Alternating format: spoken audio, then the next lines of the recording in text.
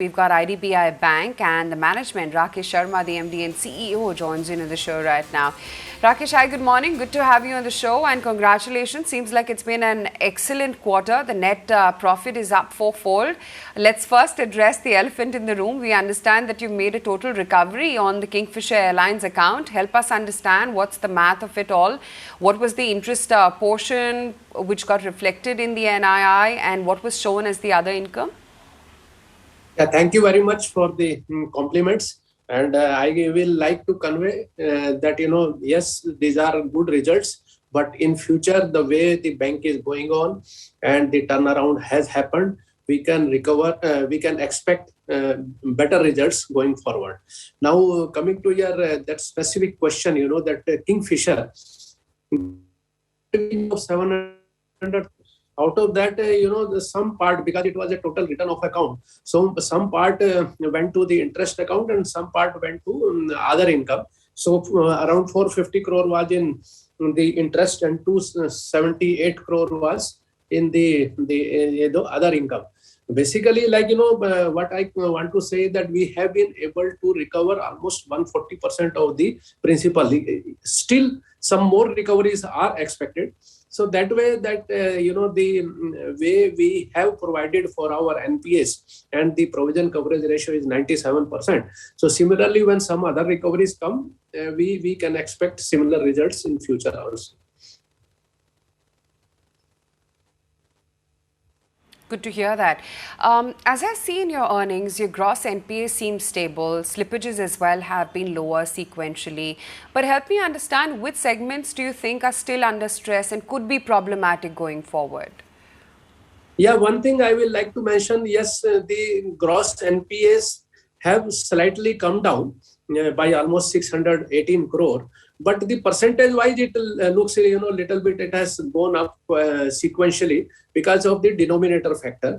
Yes, stress, of course, there were some slippages and our, the guidance note which I had given that our slippages will be within 2%, the standard assets. So slightly, it has gone up due to that COVID second wave effect.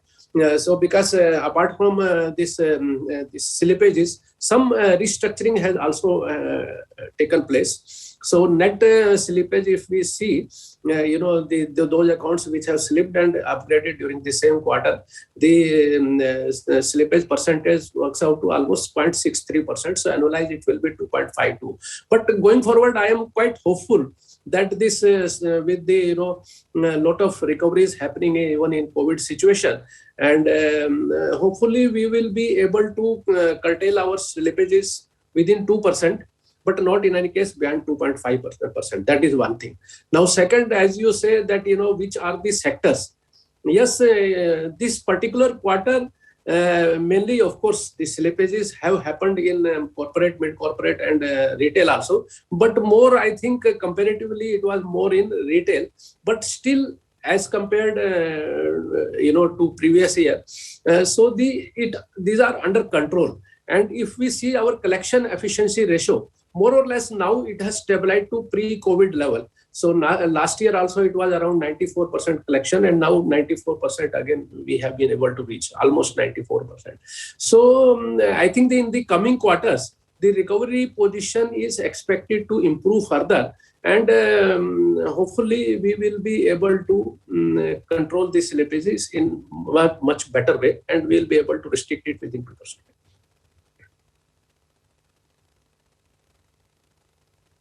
Okay, just taking a leaf out of what you just said, Mr. Sharma, at an industry level, one has seen higher retail slippages. Just wanted to understand, where is it that you stand at IDBI Bank when it comes to your retail book? And if you could give me some color on the corporate book as well and whether or not there's stress there too. Yeah, you're right, because the slippages this time, this has happened more in retail book and SME retail. When I say retail, SME and agriculture. But if we see our retail book, just structured retail assets, core asset, it is out of 60,000 crore of my total structured retail assets. 40,000 is in home loans. And our portion of auto loans and the other personal loans, it's quite low.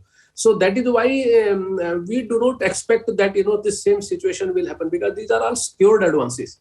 Even in MSME, there are LAP, loan against property loans, are there. And similarly in agriculture, of course, there are some core agriculture activities also. But at the same time, we, for the last 1 year, we have been putting emphasis more on gold loan. Yes, there was some stress seen in gold loan, but at the same time, gold loan assets are fully secured. Maybe initially some SMAs and the stress may happen, but finally we will be able to recover the money.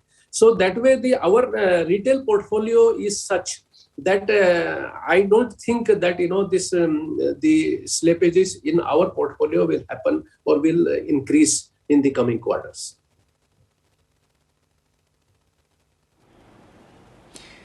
Mr. Sharma, just coming in on the book, first of all, congratulations to you and your team. You've worked very hard on bringing the bank to this point. You're out of the PCA, lending curbs are no longer there. I want to understand on the book and how do you see it developing from this point on, now that those lending curbs are not there. How fast do you see yourself growing? What is the kind of composition of the book that you're looking at in the coming quarters? Yeah, right. In fact, that is the main now focus area, because internally we have strengthened all our policies. The house has been set in order. Recovery, MINM and NPA management group recovery department is working very fine. All that is fine. So now that we have to focus on some growth also, because unless we grow, we will not be able to further improve the income. That is one factor. That is second, despite reduction in gross NPAs and all these things, because of denominator factor, the percentage does not appear to be that good. So now the focus, because we were removed from PCA on 10th March, so 1 quarter was there, but unfortunately this has coincided with the COVID second wave. So that's why growth could not happen. But still, we have sanctioned certain loans in corporate, mid-corporate, which will be disbursed during the current quarter. So my focus will be continue to be in retail. Now 62% is retail. I think during the current year, the retail will not come below 60%, because I am expecting around 10 to 12% growth in retail. And mid-corporate, large corporate, 8 to 10%. Now in large corporate and mid-corporate, one thing is certain that we are going rating-wise. We will not be taking any disproportionate share in any particular individual or particular group. So that way, we want to spread it over various groups. So mid-corporate will be focus area. In mid-corporate, like good industries are there, good rated economy industry, mainly manufacturing. We will be focusing on that. Then second, now this MFIs, the government has announced, the guarantee scheme for MFIs. So there also we are getting good, demand. So there is this growth will happen. And apart from that, in retail, apart from my normal portfolio, which I had explained earlier, that home loan and this other, the personal loan, which was it is only less than 600 crore. So there now focus is happening, and there also secured advances are there. So all these factors taken together, I am quite hopeful that we will be able to grow around 8 to 10%. And that growth is really required for further improving my gross revenue. Because, now the cost of deposit, cost of funds, we have been able to reduce quite substantially, but there is a limit to that. That was in fact going to be my question. So double-digit growth is what you're hoping for in the advances book. I do want to understand what the outlook is on credit cost, because during the quarter we saw it come in at 63 basis points. Are you hopeful that you will be able to keep it at that or below for the or in that range for the full year? No, this again, I had indicated that my credit cost will be within 1.5%. Now, if you see the present for the quarter, the credit cost is around, credit cost for the quarter is 0.57%. So roughly works out to 2%. Appears to be slightly higher than that my guidance note. But if you see that, current quarter, because we were having good surplus profit. So, as usual, we have been quite proactive in making the provisions. That's how my provision coverage ratio is 97%. So, we again have done some accelerated provisioning for my DA2 accounts, although it was not required. So, otherwise, if we exclude that special provisioning, my credit cost was only 0.28%. So, that means around 1%. So, again, I emphasize that yes, we will be restricting it to within 1%, 1.5% only. And that is quite reasonable. With that, I think we will be able to show good, this efficiency ratio like ROA and ROE.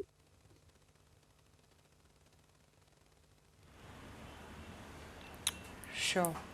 Mr. Sharma, reports are suggesting that Deepam has clarified that the LIC and government may be exiting IDBI Bank and that an open offer is going to be triggered. Have you heard anything on that? Any developments?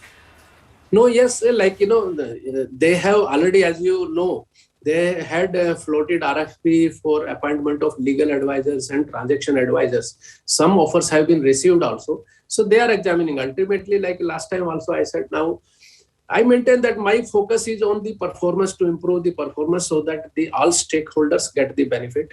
My bank gets the benefit. But this aspect, of course, it's going on, but it is being independently handled by Deepam. So they will do it, and hopefully, I think the way things are going on, hopefully, I think I cannot specifically lay down the timeline, but maybe this can be completed within this financial year. Okay, Mr. Sharma, good to have you in the show. Thanks as always for joining in today and speaking with us on ET Now.